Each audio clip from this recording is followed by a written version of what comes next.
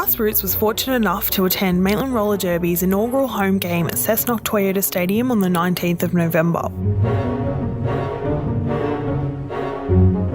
The Maitland Junkyard Jerks were about to play their first ever home bout against the Coffs Coast Daughters of Mayhem. Up until now, the Jerks had always been the opposing team, which meant they'd never had fans at a game before, and now they had 417 people lined up to watch them play. It was an exciting event. Going in, we weren't entirely sure what to expect. We'd seen the Hollywood version of roller derby, but this is Australia, and we weren't sure how it would stack up. What would the skill level be like? Would the game have the same sort of tension and energy without the benefit of a movie soundtrack and fast cuts? Would the girls be as tattooed and tough? And most importantly, would the derby names be as good? Turns out we had nothing to worry about. Maitland Roller Derby president Doris McGee introduced us to the game. Doris has a great story, and it was her initial enthusiasm that sold us on the sport. In 2011, Doris was 175 kilos and unhappy with her life when she attended her first roller derby bout in Newcastle. Right away, she decided this was where she was meant to be.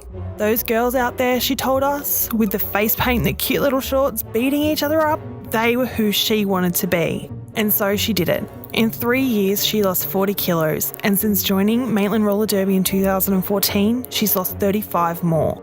It took her a year and a half of learning the basics before she had her first bout, and now she's a club president and a starting player for the Maitland Junkyard Jerks. What drew us to roller derby and the Junkyard Jerks in particular was its do-it-yourself spirit. Players like Doris and fans have built this game from the ground up, creating a community around a sport they all love. Derby is for everyone, Doris tells us. In our time at the rink, we met bakers and nurses, newspaper editors and cinematographers, all united in their love of the sport.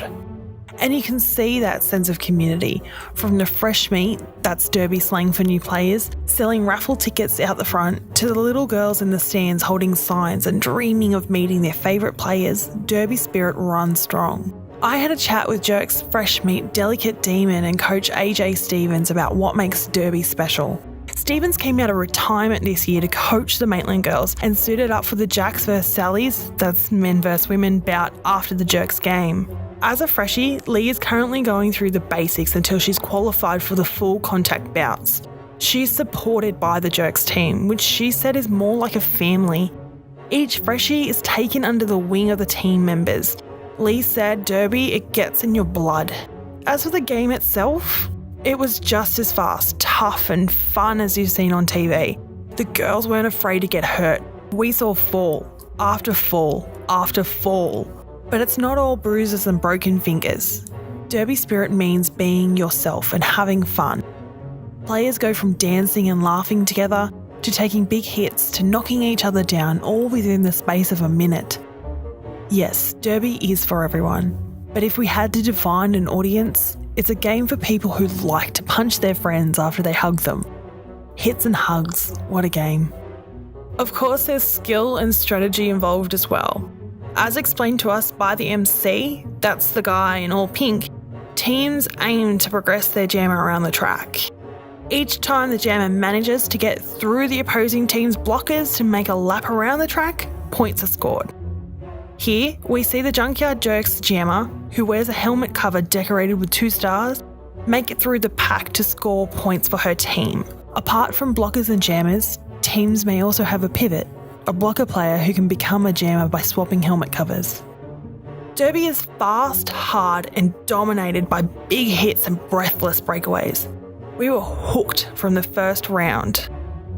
Unfortunately, the bout ended in the opposition's favour, but you wouldn't know it from the Junkyard Jerk celebration. After years of travelling for every scrimmage and bout, they had a home, they had fans, and they had a community around them. Doris told us later she had tears in her eyes when she saw the way the crowd rallied around them. But it's not hard to put your support behind a team of girls who put their hearts and bodies on the line for every round, who battle so hard and travelled so far just to play the game they love, and who welcome with open arms anyone who wants to be part of the roller derby family. Because that is what derby is. It's a culture, it's a community, and it's family. We can't think of anything more grassroots than that.